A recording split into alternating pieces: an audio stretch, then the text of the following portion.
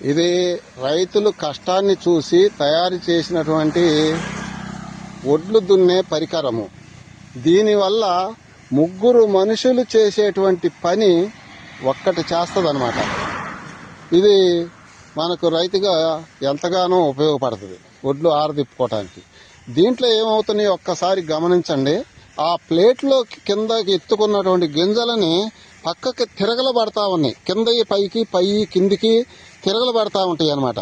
ప్లేట్లు అది రౌను ఉండటం వల్ల అలా తిరగలబడతా ఉంటాయి.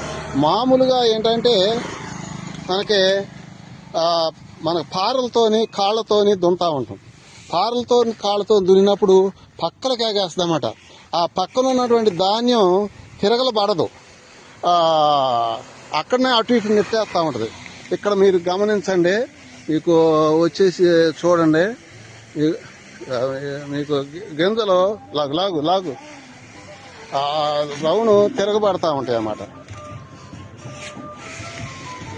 ఆ గింజలు పైకి ఎత్తుకొని రౌండ్ షేప్ లో తిరిగి మళ్ళీ పడతా ఉంటాయి. కాబట్టి కింద పైకి అన్ని మిక్సింగ్ అయ్యి పోతా ఉంటాయి అన్నమాట. ఇట్లాంటి పరికరాలు రైతులకి ఎంతగానో ఉపయోగపడతాయి ఉంటాయని మేము అనుకుంటా ఉన్నాం. మనకు కావాల్సినటువంటి వాళ్ళు దీన్ని కొలతల ప్రకారం చేసుకోవాల్సి ఉంటుంది. దీన్ని ఇంకా మేము ఫస్ట్ టైం కాబట్టి కొంచెం లైట్గా తయారు చేశాము.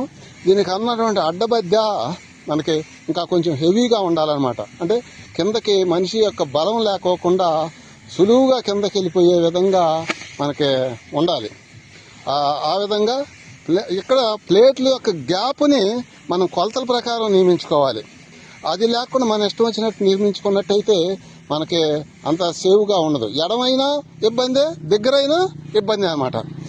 ఆ గ్యాప్ను మనం పెట్టుకునేది ఆ ప్లేట్లు సైజును బట్టి మనం మారుతూ ఉంటే ప్లేట్లకి మనం బోల్ట్ ఫిట్టింగ్ చేసాం.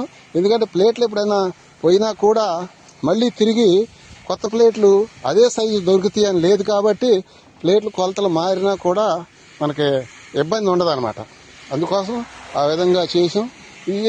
ఎంత ధాన్యానైనా సులువుగా మనం తిప్పుకుంటూ ఉండవచ్చు. ముగ్గురు మనుషులు చేసేటువంటి పని, అది ముగ్గురు కూడా కొంచెం శ్రమ ఉపయోగించాలి దీనికి అలా శ్రమ కూడా లేకోకుండా తేలికగా, అంటే రోజుకి మనిషికి మా దగ్గర 600 రూపాయలు, 3 ఆరులు 1800 రూపాయలతో చేసేటువంటి పని వచ్చేసి దీంతో దీని ఖరీదు వచ్చేసి 1200 1300 రూపాయలు అవుతా ఉంది. దీని ఖరీదు 1300 రూపాయలు ఒకసారి పెట్టుకున్నట్టయితే మనకు ఉపయోగపడుతుంది, మన పక్కోళ్ళకు కూడా ఉపయోగపడుతుందని దీని యొక్క కాన్సెప్ట్. ప్రతి ఒక్కరు కూడా ఏ విధంగా చేసుకుంటారనేది నా అభిప్రాయం.